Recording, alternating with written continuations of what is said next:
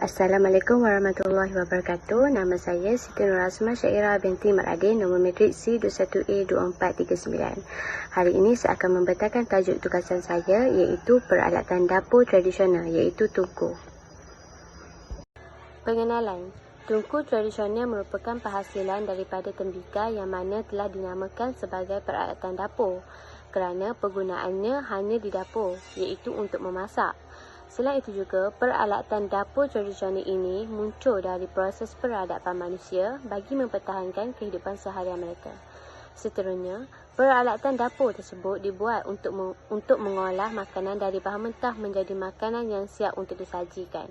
Setiap rumah akan memiliki dapur dan peralatan dapur yang di mana merupakan keperluan asas bagi keluarga untuk memasak juadah harian mereka. Terdapat 4 objektif kajian bagi tugasan saya. Pertama, bertujuan untuk mengekalkan seni kemahiran dalam pembuatan peralatan dapur tradisional iaitu tungku. Kedua, bagi mengekalkan seni pembuatan tungku terus dikekalkan sehingga kini.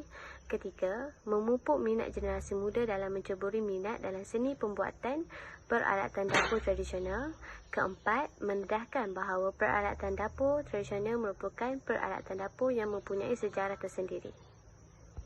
Sejarah dan asal-usul produk, kepercayaan dan simbolik. Tembikar pada zaman Neolitik telah dijumpai dengan memiliki ciri-ciri morfologi yang unik dan teknologi pembuatannya juga hampir sama dengan tembikar yang dibuat di kawasan rantau Asia Tenggara. Selain itu juga, seni pembuatan tembikar berasaskan teknologi primitif atau kata mudahnya, pembuatan cara lama masih berterusan hingga ke hari ini dan ianya juga boleh diperhatikan dalam industri tembikar kampung di beberapa buah negeri. Tungku merupakan sejin tembikar dan juga dikenali daripada salah satu komponen dalam proses pengolahan makanan. Terdapat juga beberapa penyebutan secara lokal bagi peralatan tungku ini, iaitu disebut sebagai pawon, dekil, anggur. Kebiasaannya sebutan ini disebut oleh orang Jawa, Indonesia. Terdapat juga beberapa mitos yang menyatakan bahawa larangan atau pantangan dalam menggunakan tungku serta manfaat penggunaan tungku pada masa dahulu dan tidak diketahui secara meluas oleh masyarakat pada hari ini. Reka bentuk yang digunakan dalam penghasilan produk. Terdapat 2 jenis saiz tungku yang telah dibuat dalam penghasilannya, iaitu tungku dibuat dalam 2 saiz yang berbeza, iaitu saiz besar dan saiz sederhana. Saiz besar 40 hingga 50 cm panjang dan 20 hingga 30 cm lebar, manakala saiz kecil pula saiz sederhana pula 35 hingga 40 cm panjang dan 15 hingga 20 cm lebar. Tungku ini terdiri pada kombinasi 2 bentuk iaitu bulat dan bujur, di mana keadaan 3 tiang di bahagian bibir. Bahagian yang mempunyai 3 tiang tersebut bertujuan untuk meletakkan periuk dan dibuat dalam bentuk separuh bulat, manakala bahagian untuk letak kayu pula atau aran dibuat secara sedikit bujur. Dimensi ketinggian tungku juga jauh dari posisi siku penggunanya sehingga membuatkan pengguna tersebut menggunakan dalam keadaan duduk atau berdiri sambil membungkuk. Bentuk tungku juga mempunyai 2 jenis dan boleh dibuat mengikut kesesuaian dan kebutuhan pengguna, iaitu dipanggil tungku tunggal dan tungku ganda. Fungsi dan penggunaan produk. Tembikar tungku tradisional juga digunakan bertujuan untuk memasak, menyimpan air dan ritual pengebumian. Tungku ini juga digunakan bagi mengusir rasa angin dingin dan menghangatkan badan. Selain daripada aktiviti memasak, tungku juga akan dapat menghasilkan limbah yang berupa abu. Selain itu juga, alat memasak tungku merupakan salah satu peralatan tradisional rumah tangga di mana masih digunakan oleh orang ramai untuk memasak. Walaupun zaman sekarang banyak alat memasak yang lebih canggih dan moden. Dan cara menggunakan tungku sebagai alat memasak, pengguna perlu mempunyai trik tersendiri dan bersesuaian dengan masakan yang akan dimasak dengan menggunakan tungku.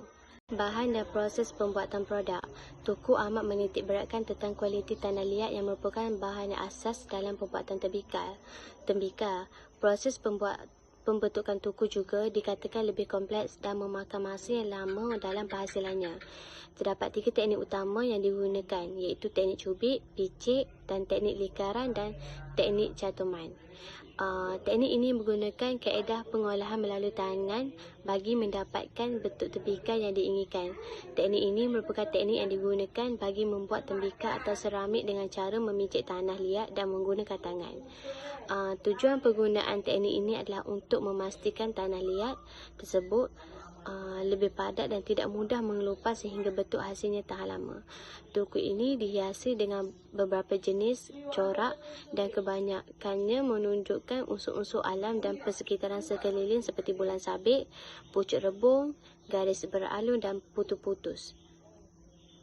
Kesimpulannya, peralatan dapur tradisional juga mempunyai pelbagai jenis tersendiri termasuklah batu lesun, labu sayur, dulang tembaga, kukuh kelapa, padan dan nyiru dan acuan kuih bakar dan bahulu. Oleh itu, kajian ini telah membekalkan maklumat baharu tentang kefahaman masyarakat Malaysia berkaitan sejarah perusahaan Tungku di Kampung Mambo yang pupus kira-kira 70 tahun yang lalu. Melalui kajian ini juga didapati bahawa penggunaan tungku tersebut terus diwarisi dalam kalangan masyarakat sehingga kini. Namun begitu, dengan masalah banjir yang kerap berlaku di Sungai Kelantan menyebabkan banyak koleksi tembikar dan telah musnah kerana dihanyut arus hingga pada hari ini. Tungku tersebut tidak diguna lagi oleh penduduk Sungai Galas. Lebih-lebih lagi tiada penduduk yang menyimpan koleksi tembikar lama termasuk keluarga pembuat tembikar Mambo itu tersendiri.